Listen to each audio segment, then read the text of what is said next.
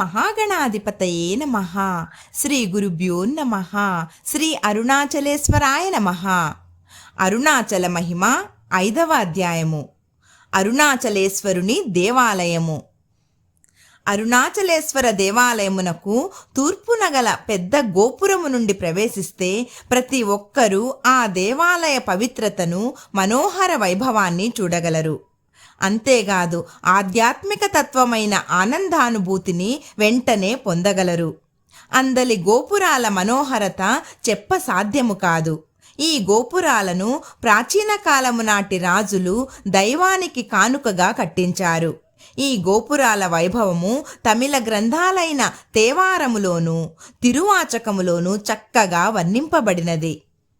ప్రతి ప్రాకారము దేవతల గుడులు, కోనేరులు, తోటలు, విశాలమైన బయలు స్థలాలతో ఒప్పి ఉన్నది.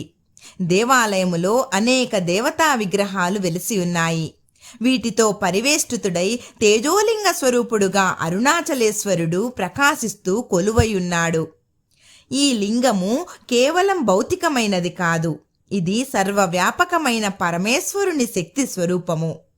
ఇక్కడ నుండే శక్తి ప్రారంభమై అంతటా వ్యాపిస్తున్నది.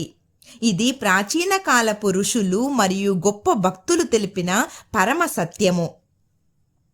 పరమ విశిష్టమై వైభవోపేతమై విరాజిల్లే అరుణాచలేశ్వర దేవాలయమును గూర్చి మనము తెలుసుకొన్నచో తప్పక పుణ్యము లభించును. ఈ దేవాలయానికి 6 ప్రాకారములున్నవి. 6వ ప్రాకారము యొక్క ఉత్తర దక్షిణ మందలి గోడల పొడవులు 1479 అడుగులు మరియు 1590 అడుగులు కలిగి ఉన్నవి. ఇదే ప్రాకారపు తూర్పు పడమరల యందలి గోడల పొడవులు 700 అడుగులు. ఈ ప్రాకారాన్ని చూస్తే ఆశ్చర్యమవుతుంది. గోడలన్నీ దాదాపు 30 అడుగుల ఎత్తుతో మందంగా దృఢంగా ఉన్నాయి. ఈ గోడపై శాసనాలు చెక్కి ఉన్నారు. అయితే అవన్నీ వరుస క్రమంగా లేవు. ఈ ప్రాకారమందు 4 ప్రధాన గోపురాలు వెలిసి ఉన్నాయి. ఈ గోపురాలు విశాలమైన రాతి పునాదిని కలిగి ఉన్నాయి. వీటిని విజయనగర సామ్రాజ్యమును పాలించిన శ్రీకృష్ణదేవరాయలు కట్టించినట్లు తెలియచున్నది. నిజంగా ఈ దేవాలయ నిర్మాణమునకు ఆయన అందించిన సేవ మరియు సహాయము చాలా గొప్పది. అరుణాచలేశ్వర దేవాలయమునకు తూర్పున ఉన్న మొదటి గోపురము పేరు రాజగోపురము.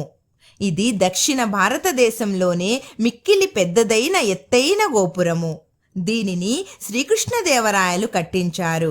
అంతేగాక ఈయన 1000 స్తంభాల మంటపాన్ని కూడా కట్టించాడు. ఇది తరువాత వచ్చే తూర్పు ప్రవేశ ద్వారానికి ఉత్తర దిశ యందున్నది. దీనికి దక్షిణాన శివగంగ తీర్థం ఉన్నది. దీనిని కూడా శ్రీకృష్ణదేవరాయలే ఏర్పాటు చేయించి ఉన్నాడు. దీని ఒడ్డున కార్తికేయ దేవాలయము కలదు. దీనిని వలైకాపు మంటపము అని పిలుస్తారు. ఇక్కడ ప్రతి సంవత్సరము దేవతను గాజులతో పూజించే పండుగ జరుగుతుంది.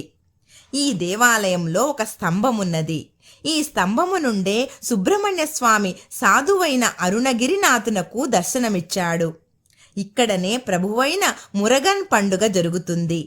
శివగంగ తీర్థానికి పడమటి తీరాన గణేశ దేవాలయం ఉన్నది. దీనిని సర్వసిద్ధి వినాయకుడిని గుడి అని అంటారు. అంతేకాక శివగంగై గణేశ దేవాలయం అని కూడా పిలుస్తారు. దీని తర్వాత మనము పాతాళలింగము కడకు వస్తాము. ఇక్కడ 1000 స్తంభాల మంటపము కలదు. దీనిని శ్రీకృష్ణదేవరాయలు కట్టించారు. తమిళ మాసమైన అగ్నిమాసమందు అనగా జూన్, జూలై మరియు మార్గశిర మాసమందు డిసెంబరు, జనవరి ఆచారం ప్రకారము నటరాజస్వామి విగ్రహాన్ని తీసుకొని వచ్చి ఇక్కడ ఉంచుతారు. అభిషేకాలు, పూజలు చేసిన పిమ్మట వైభవంగా ఆయనను పల్లకిలో కూర్చుండబెట్టి దేవాలయము చుట్టూ ఉన్న వీధుల వెంబడి ఊరేగిస్తారు. ఈ 1000 స్తంభాల మంటపము కొలతలు తూర్పు పడమరలు 275 అడుగులు, ఉత్తర దక్షిణాలు 395 అడుగులు. పూర్వకాలంలో ఈ మంటపము ధ్యానము చేసుకునే వారికి రక్షణ ఇచ్చింది. ఇంతేకాక ప్రకృతి విపరీతాలు వస్తే జనులకు ఆశ్రయమిచ్చి ఆదుకొన్నది. ఇక్కడుండే పాతాళలింగము ముఖ్యంగా దర్శింపదగినది. ఇందు భగవాన్ రమణులు మౌనంగా ధ్యానం చేశారు. ఈ దేవాలయాన్ని దర్శించేవారు తప్పక ఇందలి పాతాళ లింగమును దర్శిస్తారు. భగవాన్ రమణులను స్మరిస్తారు. దీని నుండి బయటకు వచ్చి కొంచెం దూరం పోతే పెద్ద నంది విగ్రహం కనిపిస్తుంది. ఇది చూడముచ్చటగా ఉంటుంది. ఇందులో జీవకళ ఉట్టిపడుతూ ఉన్నది. దీనికి మంటపము కూడా ఏర్పాటు చేయబడి ఉన్నది. తరువాత పోతే మెట్లు వస్తాయి. వాటికి దక్షిణాన కళ్యాణ సుందరుని సన్నిధి ఏర్పాటు చేయబడి ఉన్నది. ఇందు చిన్న శివ మందిరము, విరబూసిన పూదోట మరియు మంటపమున్నది. ఇక ఉత్తరాన గోపురపు సుబ్రహ్మణ్య స్వామి దేవాలయము కలదు. దుఃఖితుడైన అరుణగిరినాథుడు ఆత్మహత్య చేసుకొనుటకు ఆ గోపురమెక్కి దూకగా సుబ్రహ్మణ్య స్వామి వచ్చి తన 2 చేతులతో అతనిని తీసుకొని రక్షించెను. ఈ సంఘటన జ్ఞాపకార్థము శివగంగ తీర్థానికి సమీపంలో గుడి కట్టబడి ఉన్నది. ఇక మెట్లెక్కి వల్లాల గోపురం దాటి 4వ ప్రాకారంలోనికి వస్తాము. ఆ ప్రాకారంలో దక్షిణమందు మరొక తీర్థము కలదు. దాని పేరు బ్రహ్మతీర్థము. దాని తీరాన కాలభైరవుని మందిరము కలదు. ఇక్కడ భైరవుడు రుద్రరూపముతో దర్శనమిస్తాడు. ఈ భైరవుడు అరుణాచలేశ్వర దేవాలయాన్ని కావలి కాచే దేవదూతయని అంటారు. తర్వాత స్తంభాల మంటపము. దానికి ముందు మరొక నంది ప్రత్యక్షమవుతుంది. దాన్ని చూస్తూ పోతే మెట్లు వస్తాయి. వాటికి దక్షిణాన చిన్న చిన్న శివ మందిరాలు ఉన్నాయి. ఉత్తరాన మురగన్ గుడి ఉన్నది. మెట్లెక్కి కిలీ గోపురం నుండి పోతే 3వ ప్రాకారం వస్తుంది. ఇందు 16 స్తంభాల మంటపమున్నది. దీని పేరు దీపదర్శన మంటపము. కార్తీక దీపోత్సవం నాడు ఇక్కడ విగ్రహాలను కొండ ముఖముగా ఉంచి కొండ శిఖరంపై వెలిగించే జ్యోతిని వాటికి చూపిస్తారు. ఈ మంటపానికి ముందు ధ్వజస్తంభమున్నది. ఇక్కడ ఎగురవేసే పతాకము ఉత్తరాయణ, దక్షిణాయన కార్తీక దీపోత్సవ పండుగల ప్రారంభమును తెలియజేస్తుంది. భగవాన్ రమణులు అక్షర మణమాలలో ఆ పతాక ప్రాధాన్యతను ఇలా తెలియజేశారు. ఓ అరుణాచల, నీ భక్తుల హృదయాలలో పతాకాన్ని ఎగురవేసి వారి అహమును నాశనము చేయుము అని. ఇక రమణస్తుతి పంచకములో ఎవరైతే అరుణాచలుణ్ణి భక్తి శ్రద్ధలతో పూజిస్తారో అట్టి వారి మదిలో తన పతాకాన్ని ఎగురవేసి జ్ఞానాన్ని ప్రసాదించి భవసాగరము నుండి తరింపచేస్తాడు అని వివరించాడు. కార్తీక దీపోత్సవమందలి ధ్వజారోహణ కార్యక్రమమును తిలకించడానికి లక్షలాది మంది భక్తులు వస్తారు. తిలకించి తమ జన్మలు ధన్యమైనట్లు భావిస్తారు. బలిపీఠము, దాని తర్వాత ధ్వజస్తంభము, తర్వాత నంది ఉన్నది. దీనిని ప్రదోష నంది అంటారు. ఇక్కడ నెలలో 2 మారులు ప్రదోష సమయాన నందికి అభిషేకార్చనలు చేస్తారు. అంతేకాక ప్రతి నిత్యము అక్కడే ఉదయం 6 గంటలకు గోపూజ జరుగుతుంది. తర్వాత అరుణాచలేశ్వర పూజా కార్యక్రమాలకు ఉపక్రమిస్తారు. 3వ ప్రాకారమున దీపదర్శన మంటపానికి దక్షిణమున వంటశాలలున్నవి. ఇంకా కొన్ని గదులున్నవి. ఇవి దేవాలయపు పనులకు ఉపయోగపడును. దక్షిణ నైరుతిలో పెద్ద కళ్యాణ మంటపము ఉన్నది. దీపోత్సవం నాడు అరుణాచలేశ్వరునితో సహా ఇతర ఉత్సవ విగ్రహాలను తెచ్చి ఇక్కడ ఉంచుతారు. దీనికి వెనుక అరుణగిరి యోగి మంటపమున్నది. ఇక దీపదర్శన మంటపానికి ఉత్తరాన వేర్వేరు శివ మందిరములు కలవు. దేవస్థానము ఆఫీసు ఉన్నది. ఈ ఆఫీసుకు సమీపంలో పిడారి అమ్మన్ మందిరము కలదు. ఈ తల్లి గ్రామదేవత. తిరువన్నామలై పట్టణాన్ని ఉపద్రవముల నుండి కాపాడుతూ ఉంటుందని అందరూ భావిస్తారు. 14 రోజుల పాటు జరిగే దీపోత్సవపు పండుగలో 2వ రోజున పిడారి అమ్మన్ శాంతి కోసం పూజలు చేస్తారు. ఇక 2వ ప్రాకారపు ప్రవేశానికి ఇరువైపులా సంబంధ వినాయకుడు, పళని ఆండావారులు వెలసి ఉన్నారు.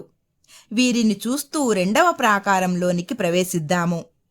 పెద్ద తలుపులు గల గడప దాటితే వాటికి ఇరువైపులా 2 పెద్ద గంటలు కలవు. వీటి ధ్వని చాలా గంభీరమైనది.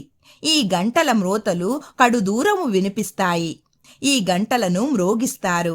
ఈ గంటల మ్రోతలు ముఖ్యంగా కొండ గుహలలో తపమాచరించే వారిని మిక్కిలి ఆకర్షిస్తాయి. ఇక ప్రాకారము చుట్టూ తిరుగుతూ పోతే లెక్కలేనన్ని విగ్రహాలను మనం చూడవచ్చును. గిరి ప్రదక్షిణ సమయాన ప్రత్యేక స్థలాలలో మనము అష్టలింగాలను చూచున్నట్లు ఇక్కడ కూడా అష్టలింగాలను చూడవచ్చును.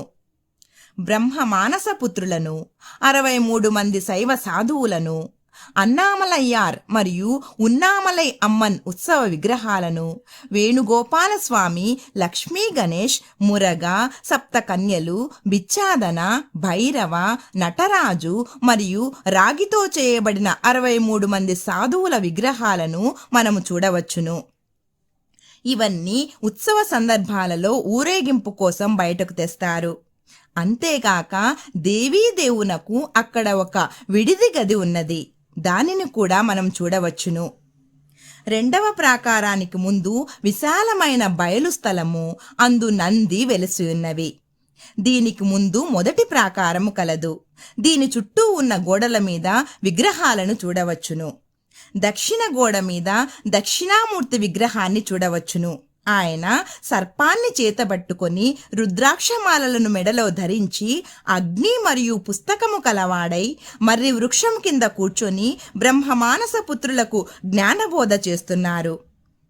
ఇక పడమటి గోడల మీద జ్యోతిస్తంభమైన లింగోద్భవ ప్రతిమను చూడవచ్చు. ఉత్తర దిశలో దుర్గాదేవి విగ్రహాన్ని చూడవచ్చును. ఆమె భయంకర రూపముతో విలసిల్లుతూ ఉన్నది. గర్భగుడి. ఇక మనము గర్భగుడిలో వెలిసిన అరుణాచలేశ్వరుని పాదపద్మాల చెంతకు వస్తాము. ఇది స్వయం భూ తేజోలింగము. చాలా మనోహరమైనది. మనస్సును ఆకర్షించి అలరించే ముగ్ధమోహనలింగము. అరుణాచలేశ్వరుడు కనకపు సింహాసనమున పట్టాభిషిక్తుడై ఉన్నాడు.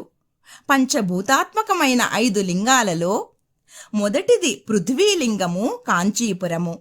జలభూతలింగము, జంబుకేశ్వరము. తేజోభూతలింగము, అరుణాచలము. వాయుభూతలింగము, శ్రీకాళహస్తి. ఆకాశభూతలింగము, చిదంబరము. ఈ లింగమొకటి. దీనిని తేజోలింగము లేక అగ్నిలింగమని అంటారు. ఈ తేజోలింగము ఇప్పటికి కోట్లాది అభిషేకాలతో, చందన పూతలతో, వేద మంత్రాలతో కూడి ప్రకాశిస్తూ ఉంది. ఈ లింగాన్ని పలు కోణాల నుండి వీక్షిస్తే పలు విధాలుగా కనిపిస్తుంది. ఈ అరుణాచలేశ్వరుడు బ్రహ్మ, విష్ణు, శక్తి స్వరూపాలతో ఒప్పి ఉన్నాడు. అందుచే ప్రత్యేకంగా ఇతర దేవతలను మంత్రాలతో పూజించవలసిన అగత్యం లేదు. ఈ అరుణాచలుణ్ణి పూజిస్తే సర్వదేవతలను పూజించినట్లే. అరుణాచలేశ్వరుని దర్శించి రెండవ ప్రాకారమందలి ఉత్తరానగల ద్వారం వెంట బయటకు వస్తే అమ్మ కోవెల కనిపిస్తుంది. అమ్మ కోవెల ముందు విశాలమైన స్తంభాల మంటపం ఉన్నది. అందు నవగ్రహాలు ప్రతిష్ఠింపబడి ఉన్నవి. గుడి ప్రవేశ ద్వారానికి దక్షిణాన పెద్ద వినాయకుని విగ్రహము కలదు. ఉత్తరాన కార్తికేయుడు మరియు కొన్ని దేవతా విగ్రహాలు ఉన్నవి. లోనికి పోతే ప్రాకారపు స్తంభాలయందు అష్టలక్ష్మి విగ్రహాలు వెలసి ఉన్నవి. వాటిని చూస్తూ గర్భగుడిలోనికి ప్రవేశిస్తే అమ్మ దివ్య మంగళ రూపమును చూడవచ్చును. ఇక్కడ వెలసిన అమ్మ పేరు అపిత కుచాంబ. పార్వతీదేవి అరుణాచలుని గూర్చి తపము చేసి మెప్పించి వరమును పొంది ఇక్కడ జగన్మాతగా వెలసింది. పార్వతీ పరమేశ్వరుల సంగమమే ఈ అరుణాచలేశ్వర దేవాలయము. ఈ దేవాలయము అతి పవిత్రమైనది, గొప్ప మహిమ కలది.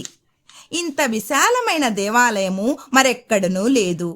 ఈ అరుణాచలేశ్వరుని పూజించుటకు, ఉత్సవాలను తిలకించుటకు దేవతలు, సిద్ధపురుషులు, గంధర్వులు వస్తూ ఉంటారు. సర్వులకు పూజ్యుడైన అరుణాచలేశ్వరుణ్ణి దర్శించి తరిద్దాము. ఓం అరుణాచల శివ.